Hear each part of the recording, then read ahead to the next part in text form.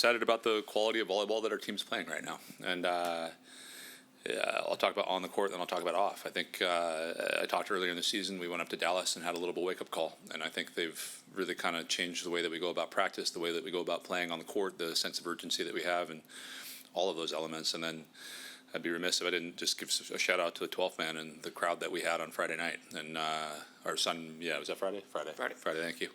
Days of the week get blended when you're halfway through the season. It wasn't just the number that was in there, it was the, electricity that was going through the building. And I had a moment in the middle of it where I looked around, and it was, to me, this prideful moment of it's coming, of the things that we've worked towards, of, understanding that the 12th man is special, and that if we can make them fall in love with the volleyball, that something like this can happen. And I think it's just the beginning. But it was what I envisioned it being, and I'm proud of that, and could not be more grateful and thankful to all and for being there and being supportive. We'll go Alex on the left. I know it's still early in the week, but just what have you seen early from South Carolina and Alabama as y'all get ready to play them? Yeah, they're good, and their coach was hired really late in the hiring cycle, and it's dangerous when that happens, just with the transfer portal being what it is, and having limited time during the spring to kind of get your team to be playing the volleyball that you want it to play. But I think they're playing clean volleyball, and I think they're a dangerous team, and I think they're 0-2. I didn't look at the record. I just started studying them, but I don't think their record is necessarily indicative of how good they are. And I think you're seeing it across the country and within the SEC right now. Every night is a battle, and I think it'll be just that against them. Perfect. We'll go to the back row to Donna on the left. Coach, last week you kind of talked about just having those better practices and stacking, consistent sets on top of each other. Just how do you feel like this first week of SEC play, you're able to continue doing that, and I hope it continues into this week?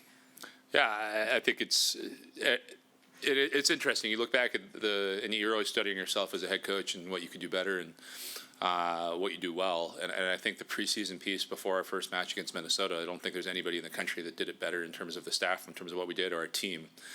And I think all of a sudden, Everett, I said this to somebody, or maybe it was ESPN this morning when I was talking to them, I think people forget that our athletes are also students.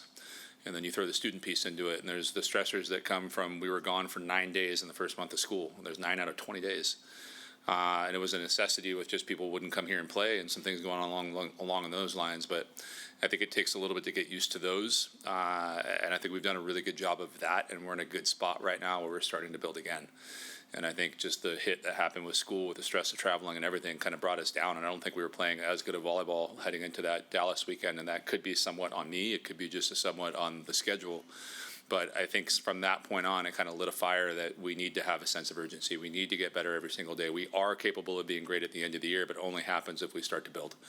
And I think for the most part, every single day has been along those lines. I think every single match for sure, if you look at the last 5, I think we've gotten better within each of them and the stuff we need to get better at. We'll go back to Alex on the left. Yeah, South Carolina and Alabama are both 0-2 in conference play. Just what do you tell your team to maybe not overlook them in these matches? Yeah, I said this last year, actually, and I just had this sudden epiphany when Kentucky won however many it was in a row. Like it was their 8th, and just how hard it is to win a conference championship.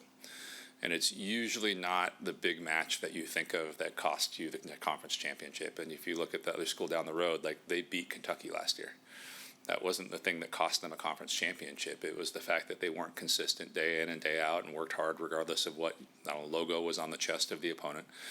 And I think that's the message I've been sending all year. Is it's not about who we're playing. It's not about what the score is. It's not about any of those things. And I think if I look back at the Vanderbilt match, there were 3 plays that I actually need to cut out before we get into video here because we're going to keep it pretty short today. That Ava had a kill on a scramble play. We were up by 6 points.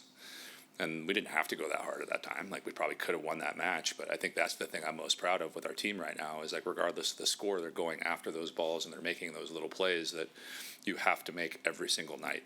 Because at some point here, South Carolina, Alabama, one of these teams will light on fire. And again, like when I'm watching South Carolina, they're good at playing volleyball. So it's not one of those things where you can come in and sleep on any team that's out here. Anybody can beat anybody. Again, it's going to happen over and over again throughout the SEC. And I think it's just, we can't make it about who we're playing. We got to make it about what we do, about who we are every single day. talked about Afina after Friday's match, but specific to this season, is there anything that you've seen from her this season in particular that has allowed her to continue to progress? I think it's the ability to play the entire game. And she could serve last year, but all of a sudden she's kind of fallen. I don't know. We played around with some different stuff during the spring, and that she latched onto that. And I think it's just the ability to develop that serve and play some defense. And she's hitting and attacking in some different places on the court now than she never had. She's hitting a gap over and over again. She loves hitting a slide now. So I think she's growing into her athleticism and able to put a game around it.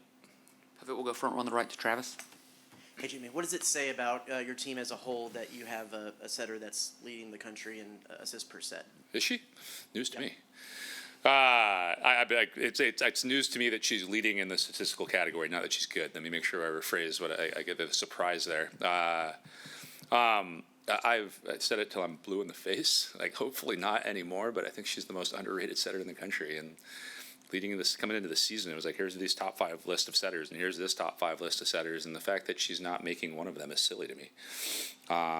She's, one of the best in the country, if not world, at setting middle blockers. She can dish the ball from pretty much every spot on the floor to every spot on the floor, and I think she's really, really good. So if it came out as, surprise, it wasn't. It was more that I didn't know a statistical category, but she's really good. And again, it's not a surprise. And then we have weapons too, I think is the thing. And I think the thing that makes our team pretty special right now is it's extremely balanced. And again, talking to ESPN this morning, and we were on the phone, and they were talking about Afena, and I'm like, well, if you watch the last 2 matches, you're going to talk about Kendall, and if you watch the 2 before that, you're going to talk about Emily, and if you watch the 2 before that, you're going to talk about Logan. But if people want to stop something, we got something else to go to, and I think she's done a really, really good job, and I'll give Jeff credit too, because they're a tag team on that from coach and player, but of really identifying before the game where the holes are, and then those holes have changed within the games, and we've been quick to adjust quite a bit. We'll go 4th row on the left to Rob. Howdy, Coach. Hi. So it seems like a lot of your success has come from analytics and breaking down stuff. So when you mention the trip to Dallas and how things change, was that an analytic change that you experienced something, or was that the leadership of the team going, hey, we need to do something different? We were just bad. There's no. If I were to look at that and be like, all right, like I would say logic than analytics. Like I said it the entire time, pushing forward matches in 7 days in 4 hostile environments is hard, and I'm not going to use it as an excuse. Like I thought we went into the SMU match especially, and it wasn't. We couldn't. Function in the way that we normally function. And when I say that, it's culturally too. Like, and not like it's people are angry at culture, but like, hey, these are the things on the volleyball court that Texas A&M volleyball is going to do every single night. We didn't do those things. And some of that was, and I apologize to them the next day. Some of that's on me for not holding them accountable to it. But some of that's on them for not holding themselves accountable to it. And we got a lot of head nods in the room. And again, that next night, I said this before, like the TCU matches, even though we lost, I was pretty proud, because it's really hard to make that 180 degree of a change within 24 hours with a 45-minute practice in the morning. And we did it. And I thought we ran out of steam at the end, but I think that was kind of the catalyst to being where we are right now and playing good volleyball. So analytically, you can look at it analytically, we were bad too. But just to your eye, like it was the little touches that we've talked about being a trademark of kind of who we're going to be, we weren't doing. And we are now. Like I want to go back and take a look at kind of all the little touches. And I actually told them last week, like my happiness level is kind of based on that within a match. I found like we found a way to statistically analyze that with a new metric that we looked at. But we're getting much, much better. Like that Vanderbilt match, as I went in there, like it was even cleaner than I thought when I went back and watched it on video. So yeah, I would say you could look at it analytically, but it's more just, hey, these are the core values that we're going to operate by on the court in terms of how we're going to play volleyball. We weren't living up to those, but we are now. Back behind the lights on left again to Donna.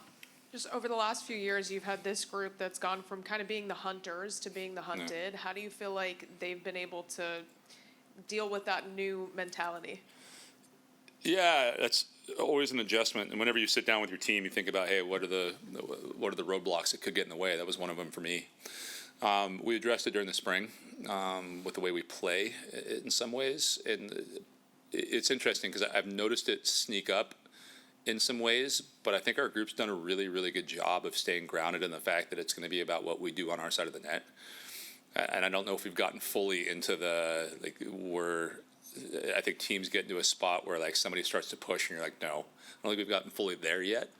But I think we've gotten to the point where it's not, I don't know, fearful that we're going to lose. It's not, I don't know, we're like, oh my goodness, they're coming after us, we're the hunted, which can happen with teams where they're not used to being in that position where people give them their best and they have to withstand it before somebody breaks. And I think we've done a really, really good job of that.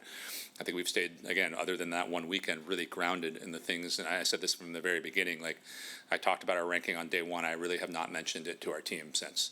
Not when we lost, not when we got up. I'm assuming maybe we will today go up with some losses that happen around the country. But like I said, the only one that's going to matter, I said the one that I was prideful for at the beginning is this is people's perception of our volleyball program right now. And that's a really cool thing that we've built this. We, the players, staff, myself, have built this program into a thing that at the beginning of the year, whatever we were ranked, I don't remember now, but like, people saw that in us. And I said the second one that's really going to matter is the one at the end of the year. And I said, how we get there is we do the same exact things that we did last year. We just do them at a better level. And I think, again, they've really kind of taken that. I haven't heard them mention our ranking once. I haven't heard them other than, hey, if somebody's going to give us our best. As soon as I say, like, somebody, we are the ones with targets on our back, you get a lot of head nods.